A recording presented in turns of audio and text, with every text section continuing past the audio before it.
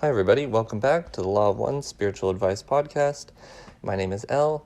I come to you today to read some Law of One material, and today we are going to be speaking about the topic. So the Law of One is teachings about unity. So today we will be speaking about infinity and unity and how they are sort of the same thing. And why? Well, we're going to go into that in detail. So first of all, you can get all this information at my website, theoneinfinitecreator.com, and there are links to all of this information for free. Okay, so without further ado, let's get into it. This is going to be from right at the beginning of the book, so session 1.7. And Ra is answering a question about infinity. So Ra answers, "Consider, if you will, that the universe is infinite. This has yet to be proven or disproven. But we can assure you that there is no end to yourselves, your understanding, what you would call your journey of seeking, or your perceptions of the creation. That which is infinite cannot be many, for many-ness is a finite concept. To have infinity, you must identify or define that infinity as unity. Otherwise, the term does not have any referent or meaning. In an infinite creator, there is only unity. You have seen simple examples of unity. You have seen the prism, which shows all colors stemming from the sunlight. This is a simplistic example of unity. In truth, there is no right or wrong. There is no polarity, for all will be, as you would say, reconciled at some point in your dance through the mind-body-spirit complex, which you amuse yourself by distorting in various ways at this time. This distortion is not in any case necessary. It is chosen by each of you as an alternative to understanding the complete unity of thought which binds all things. You are not speaking of a similar or somewhat like entities or things. You are everything, every being, every emotion, every event, every situation. You are unity. You are infinity. You are love, light, light, love. You are. This is the Law of One." End of quote. Whew. Beautiful. I love that one. You can feel the power running through you as you read it or hear it. I can just feel my whole body just lighting up with that. So, it's amazing. So what we want to get into now is the main part of it. How is infinity unity? Well, they said it very clearly right here. That which is infinite cannot be many, for many-ness is a finite concept. To have infinity, you must identify or define that infinity as unity. Otherwise, the term does not have any referent or meaning. My logical mind really appreciates this quote. I myself, growing up, was pretty good in school, so my logical mind is somewhat, was in the forefront for a long time. Scientific mind, it doesn't like the idea of God, right, so much as it wants to prove things, etc. However, when I first read this, my logical mind was finally able to somewhat appreciate spirituality or unity, because it finally gave me something that kind of made sense. And why?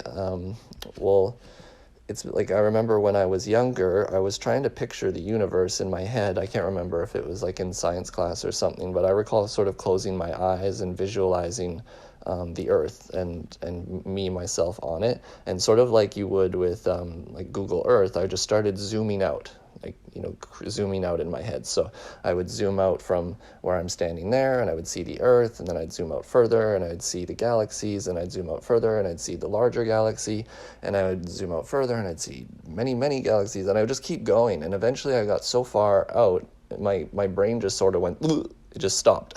I was like, oh, what just happened? Like, my brain just short-circuited. So I would consider that what was possibly happening there was that my poor little mind was my poor finite mind was trying to contain the infinite, and it just was not able to. And so that was kind of I'm not sure it was my first experience with infinity, but it was just worth noting. And that is also how I picture it with this quote too. So just to give you a sort of visualization, you can consider, like they say, the Big Bang, with the universe is expanding infinitely, right? So what is an infinitely expanding thing? What do you measure it as? Do you want to give it a weight? Do you want to give it a size? Do you want to give it a shape? As soon as you've either given it any of those things, you've it's immediately outgrown what you've just described it as. So anything that you describe, any word that you use and is a finite word, is a finite descriptor, it will never contain the real essence of infinity. It will always outgrow your definition by the time that you've had time to define it. So that's how I see it, as this infinitely growing universe. You can call it this and that, you can call it this number, that number, but the essence of it is that it's all made of the same thing, which is the creator. So you can have a big number, or you can just say it is one. Infinity equals one. One equals infinity. They're the same thing. There's only one thing, and therefore it's an infinity of things within the one, which I will go into later, which they talk about one blueprint, and you will ask, well, how does free will exist within all of this, etc., etc.? Well, we're going to get into that. First, I would like to go into how you can sort of use these concepts to divide things into finite or infinite concepts. So, it's kind of hard sometimes to decide, are we concerning ourselves with finite concepts or infinite concepts, and why would you want to be even making that discernment? Well, I guess the idea would be is that the whole nature of seeking and spiritual evolution is not necessarily one of measuring. So if you are, like I said before, right, the finite is measuring, you're trying to measure the universe, it's outgrown you by the time you've made some sort of measurement. So they say, there's another quote from Ra, which the questioner was asking Ra about a question from one of their sort of scientist friends.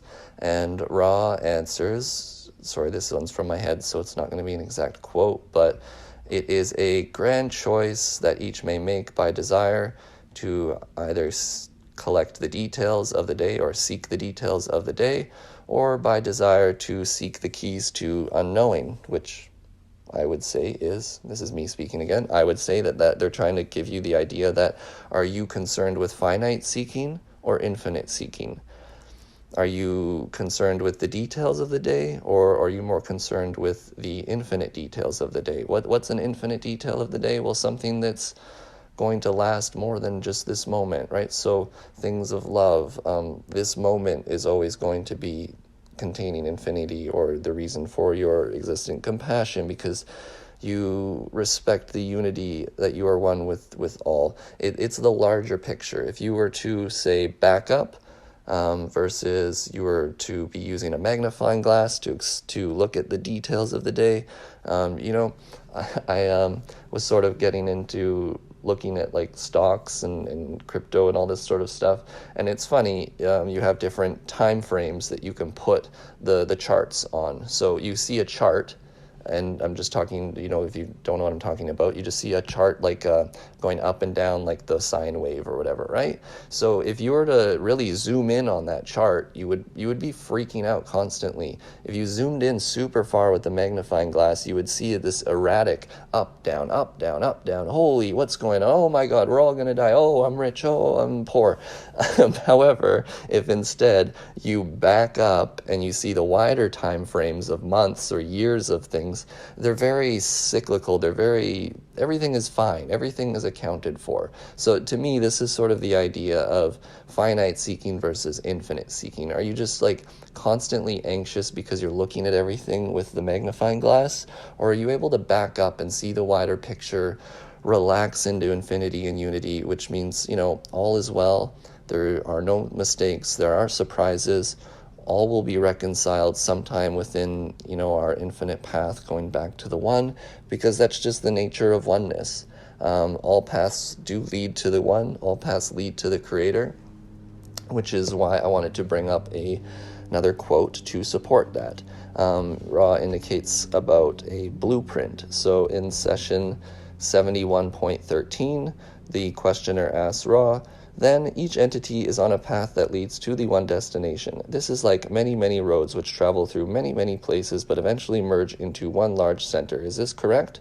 Ra answers, Ra, I am Ra. This is correct, but somewhat wanting in depth of description. More applicable would be the thought that each entity contains within it all of the densities and subdensities of the octaves, so that in each entity, no matter whither its choices lead, its great internal blueprint is one with all others. Thusly, its experiences will fall into patterns of the journey back to the original logos. This is done through free will, but the materials for or from which choices can be made are one blueprint. End of quote. Okay, so we could be really concerned with all the finite choices that are in front of us today. However, we can have some faith and trust in the Creator and our higher selves that the path of incarnation laid before us is one that is for the best. It makes sense. If you read that quote there again, you can kind of see that it's somewhat of a holographic universe, and that within you, you contain the entire universe, and therefore the universe is larger than you. The universe is larger than you can think of what makes sense for your lessons to manifest. An infinity of circumstances could happen, and infinity can meet those circumstances, because infinity is always going to be bigger than you or what your small mind thinks is possible. So, I think that it's easier said than done. It's a lot easier to just say these things than to really believe them. The trust in the Creator, it's going to be taking some time and practice, and it's part of your path. As the more that you increase this faith and you know these things to be true, the further along you make it, I suppose. I mean, you've made it. It's just that you don't expect to become enlightened immediately.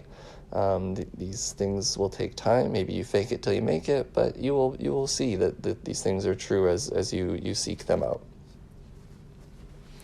Okay, and then just lastly, just sort of circling back around again, because I had a nice little sort of quote idea that I wanted to end this on, is the measuring again versus the non-measuring. So even if you are one of the people, such as myself, who was very concerned with measuring things and proving things. Oh gosh, we didn't talk about proof. Well, proof is, people who seek proof are seeking measuring. So I just mentioned that quickly. And people who seek too much proof, it's going to be a stumbling block. However, this is also exactly what I'm talking about now, with how even if you are a measurer yourself, or you know somebody who's very much a measurer, that's okay, because all the paths, once again, will lead to that. That's their free will to make their decision. They think this is the way the universe works right now, and that's good. That's something that everyone has to deal with themselves.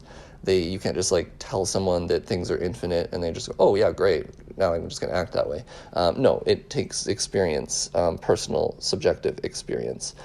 So then I will just sort of leave you with a quote, which would hopefully give you some faith to hold on and know that people will eventually get there. So I looked this up before, so I'm not super smart that I know this off my head, but Werner Heisenberg, he says something like this: the first gulp from the glass of natural sciences will turn you into an atheist, but at the bottom of the glass, God is waiting for you. Right? So measure all you will. As you try to measure infinity, you will fail over and over again, to see that eventually the infinite is the truth, and the infinity is always beyond your understanding, beyond your grasping, and that is the beauty of it, is that it's infinite, and that it is the Creator, and the Creator is inherent mystery, love and understanding. However, it is still very mysterious, and so with infinity comes mystery. And also a quick quote which is coming to my mind that I will also end this on is that Ra says to leave from this density, or to graduate from this density, one must understand that one does not understand. So maybe you understand that you don't understand. You understand that infinity is not something that you can grasp, right? As soon as you try to grasp the water, it just flows out of your hands. It's not possible. So, I think that is good for today. Little musings on infinity and unity, and trying to satisfy our logical minds, or the logical minds of you out there who are like me and need these sort of things to appreciate the metaphysical existence. And, this also would be a good reason why you might want to find some daily time to enjoy the silence, contemplation, meditation. What you're doing is you are pulling yourself out of the finite moment and respecting that there is an infinite moment, and you're reminding yourself that infinity is worth respecting and honoring, and taking notice and being a part of the focus of your day. And if you have a daily meditation or contemplation, or even just listening to something like this, something spiritual, you're just reinforcing that over and over, that infinite part of life. And then you can go throughout the other finite parts of life trying to notice and be that infinity, or witness it, or whatever that may be. So thank you, everybody. If this podcast made sense to you, you can give us a like, share, subscribe. You can check out my website, theoneinfinitecreator.com. You can join my Patreon if you like this stuff, if it makes sense to you. I always wanted to sort of make a, somewhat just an existence where I can just speak on spiritual topics instead of working my corporate job. And then I'm always in this weird thing where I don't want to create a separate Patreon where I give this information only to people who are willing to give money. That always turned me off from seeking. So I just have to leave it to the free will of you guys, that if you appreciate this, you can join me on there. That would be great. And if not, no problem. I'd still love you either way. So thank you so much, you guys. I hope you have a great rest of the week. And yeah.